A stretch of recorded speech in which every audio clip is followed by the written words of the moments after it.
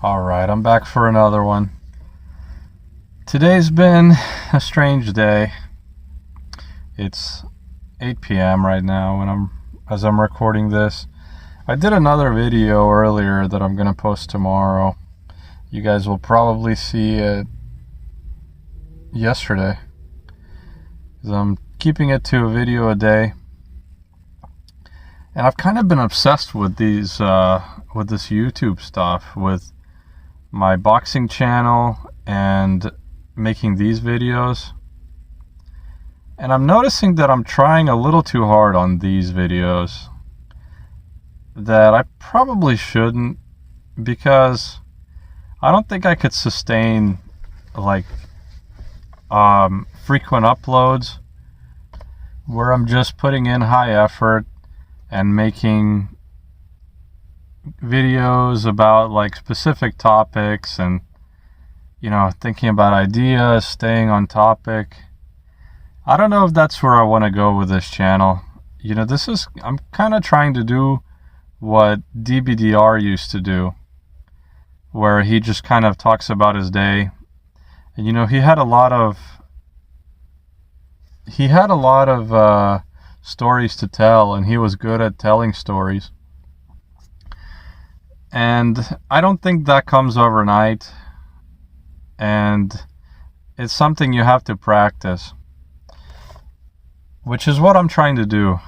The video I made earlier was about this weird thing I had happen with a girl who kind of liked me. You'll have to watch the video. But I've noticed that I use a lot of filler words when I went and watched it back, because I'm proud of that video, because that story needs to be told, because it's been very impactful in my life. But I've noticed I used a lot of filler words. I said like a lot.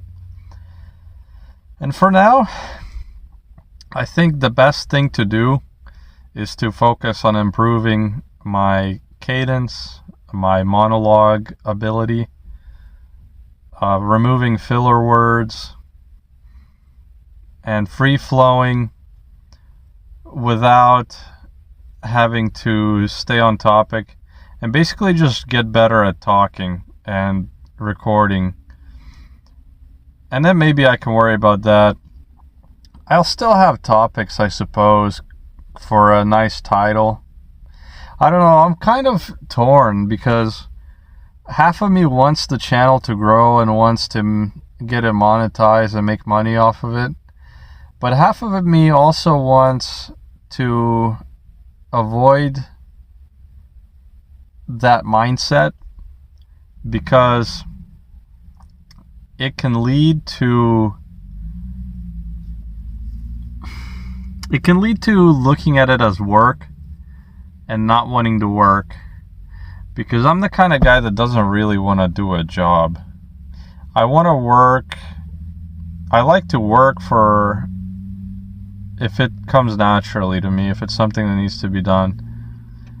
Say if I had a car repair that needed to be done, I would like to do that, because it improves my life. And I think most people are like that if they're really honest with themselves. But because the culture is that hard work is respected and admired, the opposite of that is looked down upon and hated. And I'm the opposite of that, because I don't want to work hard. I want to not work and get free money. And I know that's not possible in my situation. So I just do what I can. I work however much I need to work to sustain my life and to grow my investments, grow my net worth. A little bit, I don't mean that, I'm gonna go and work really hard and accumulate a lot of money, because again, that's hard work and I don't like that. But in the meantime, I would like to be able to work smarter by making money off of content. And I used to think that was just a pipe dream, but I don't think it is. I think you have to be strategic with it, and it can work. And I say this because I watched a video that talked about Keemstar, the drama guy on YouTube that I'm sure everybody knows about by now, that is on YouTube. And he kept getting he kept getting banned and getting his channels deleted, and he would come back and rebrand into completely new topics and genres, and he would just grow his audience again. And I don't think he's the only one like that, which is what proves to me that it's not luck, it's a science. Partially luck, but mostly it's a science, and there's a method to it. And what I see on YouTube when it comes to pay is that you don't need to be that big to be able to make money. And when I say make money, I'm not talking about I'm trying to be rich off of YouTube. Of course, that would be nice. I wouldn't be against it. I would love that. But what I'm saying is achievable for me is $1,000 a month. That would make me happy, because like I said in my previous videos, I live in my car, which is very cheap because I don't have to pay rent. So my bills alone are about $1,000 a month, and I also put $200 towards an Roth IRA where I buy just dividend stocks and the S&P. And right now I'm in a sedan. I'm in a Kia. I won't say the model. I probably shouldn't have even said the brand, but screw it. Anyway, I took out the back seats and basically made a platform where like my legs are in the trunk when I sleep. My head's like towards the front seats. And it's been comfortable enough, but I have to rent places every few months. Maybe I usually will car camp for like 3 months and then rent a place for a month or two, or sometimes I'll car camp longer, but I usually don't rent a place for more than a month or two, and I do that about twice a year when it's too cold and too hot in the summer and the winter. And I'm really thinking about getting a minivan. And with my savings, I can afford to get a decent one that's, under $10,000. But where I'm looking to get one in Dallas, the car market there is, because it's such a big city and it's cheap because it's Texas, the car market there is really good. And you can find a good minivan under $10,000 that has that has less than 100,000 miles on it. And it seems like they're in decent condition too. So listen, if I can get that minivan, I would be so comfortable. Sleep would be comfortable. I probably wouldn't even need to rent as much because I could, I already move with the weather, but the weather is just part of it. But it does get uncomfortable living in a sedan. It really does. It's hard to explain. Especially the sleep is what's affected the most, because there's a small hump where the back seats are that separate the back seats from the trunk, and you can't lay fully on your side and not touch that hump with the top of your leg. So you gotta lay in a certain position to be comfortable, and that gets old because I'm a side sleeper. So a minivan would eliminate that. It would give me more space. It would be much more comfortable. And I wouldn't need to go into debt for that. So If I could get to 1,000 a month off of YouTube alone, I could just supplement with my delivery apps for the rest of the money I need, and move with the weather. I could even live in national forests. I could go out west and stay in where it's quiet, where it's free. I mean, you can camp in national forests for 2 weeks at a time in certain spots for free. So I could do that. Or I could get a place. I've been looking into Lubbock, Texas.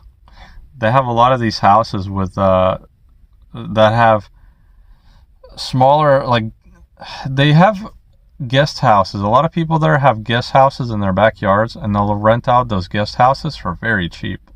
I'm talking like $500 to $700 you can find one. And I could easily afford that. And even, I mean, I don't need to even make money off of YouTube to do that. I just don't really want to do that because I get bored living in one place for too long. But it would just give me a lot more peace knowing that I could work from anywhere, where I could work at my own schedule and at my own pace and make ends meet, and then be able to use delivery apps to supplement that even more, or to make even more. And I just gravitate toward content creation because it basically has a compounding effect. The more videos you make, the more views you're going to get per day, because even your old videos get a little bit of views each day. So the bigger your library gets, the more you'll make, which isn't true with any other job, especially these delivery apps. There's really only so much you can make per hour, per order even. Not to mention regular jobs where you gotta show up every day on time and make a set amount every hour no matter how hard you work. So I'm running out of things, but it's over 10 minutes. I know this video is a little low effort, but I gotta pace myself. I'm already seeing that I don't know if I can sustain a long-term strategy of making high-quality daily videos, because I want to make them daily for a bit at least, just to get the ball rolling, to see if the algorithm picks me up. And just 10 minutes a day, it doesn't seem too bad if I just ramble, but sticking to a topic, it takes a lot of energy out of me. And then I have to make a thumbnail and import gameplay footage over the back, which that's actually not that much, but the thumbnail can take more time than it seems, especially if you want to edit it well. Like, it'll seem like, oh, this will be done in like 5 minutes, but I will look at the clock and all of a sudden 30-40 minutes is gone. But I like it to look good. And then, not to mention that I still have that boxing channel that's been actually growing compared to this one, because I'm not getting like any views. I mean, I got a few views. I got 3. Well, yeah, I got 3 views on one video, and I got 1 on each of the other 2. So it's a little discouraging. I'll be honest. It's a little discouraging because I would like to grow an audience through YouTube videos instead of shorts, because you get paid a lot more that way.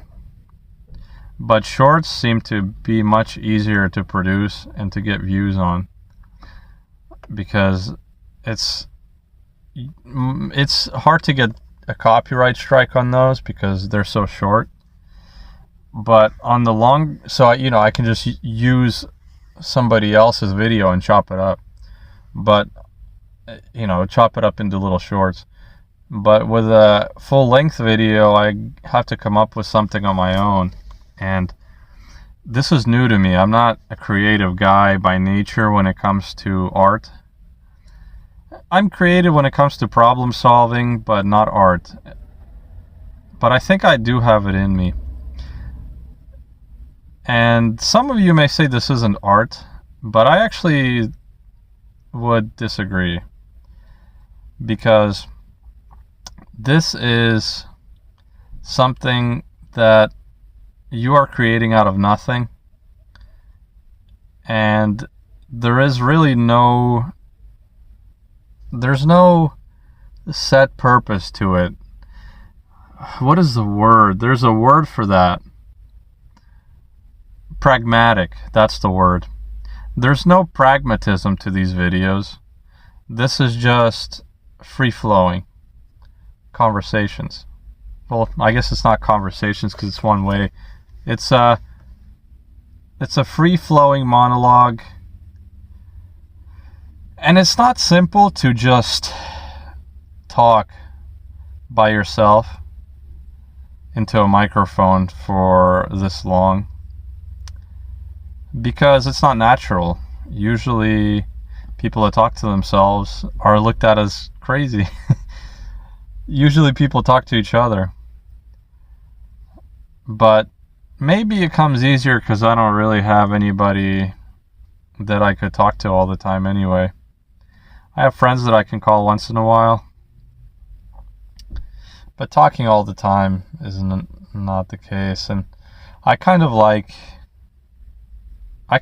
this. It's good for the mind and good for the soul to just get my thoughts out of my head. And I also post these videos on Rumble. I've been actually getting many more views on there for some reason. I mean, not that many more, but at least when it comes to unique views. So far, of the 3 videos I posted on there, I've gotten 18 unique views and about 150 regular views, which is much more than I can say for YouTube. But on my boxing channel, my short clips, I've been posting on there for about 10 days, and I'm up to 20,000 views. So see, that's a big difference. So I'm going to probably put more energy into that, but I'm not going to give up on this because I just started, and this is more fulfilling, like I was saying in my first video. And I can already see myself getting more comfortable talking, because before the first video, I was very nervous that my voice would sound weird, and it kind of did sound weird at first because I had my AirPods in and I was using those for a mic. But I have my phone now and I just keep it in one place, and it seems to have a decent mic. I hope to get some comments on these videos too. Maybe even more than anything, because that'll give me at least some kind of idea of what people want to see me do and what people want to see me talk about. Because I feel like I do have things to say. You know, I have people in my life always telling me I'm smart. And that's not to be like arrogant about it, because I don't think I'm that smart. But clearly people see something, and I don't know, I don't want to sound like a douche on here, because I'm probably smarter than average, but all I do all day is just think. I'm alone all day. I do deliveries. The most I interact with people is I just talk to cashiers when I pick up the order. It's like 1 or 2 sentences. So all I do is I listen to videos, I think, I drive, and thinking about mundane things gets old. So I watch, I used to watch a lot of philosophical content, a lot of economics related content. I have the degree in accounting, so I know a few things. I understand the economy well. I understand the financial system decently. I won't say I understand it fully, but a decent amount. I enjoy philosophy. I enjoy philosophical topics. I enjoy metaphysical topics. I just don't know how I could introduce those topics without having another person to bounce them off of. I was going to talk about fate. Maybe that's what I'll do. This video is already at 20 minutes, but who cares? I mean, if I can go longer, I will. And I'm actually feeling really good right now. Real time, I'm feeling really good. I've noticed with all these videos, when I first start out, I'm a little all over the place, and I'm a little nervous, and I don't know what to say. And then when I get into the groove of things, I start to feel comfortable. And I've noticed as I've been talking, I said like a few times. And I know at the beginning of the video I mentioned I would try to avoid that. So it hasn't been as bad though. See, when I think about that, when I do these critiques of myself, I go off track and I start to get into my own head about it, start thinking instead of speaking. And that's really the opposite of what I want to do with these videos. I want to speak without thinking, because that's what I personally enjoy when I watch other people. And it's not really watching, I guess. We say that word to make it easier to understand, but most of the content I consume is audio, because I drive, so I can't watch it. So I have it playing in the background, and I think I could contribute to that. I think people would enjoy having more content that they could just listen to in the background. But maybe not. But I hope so. I hope I can alleviate boredom for some people with these videos.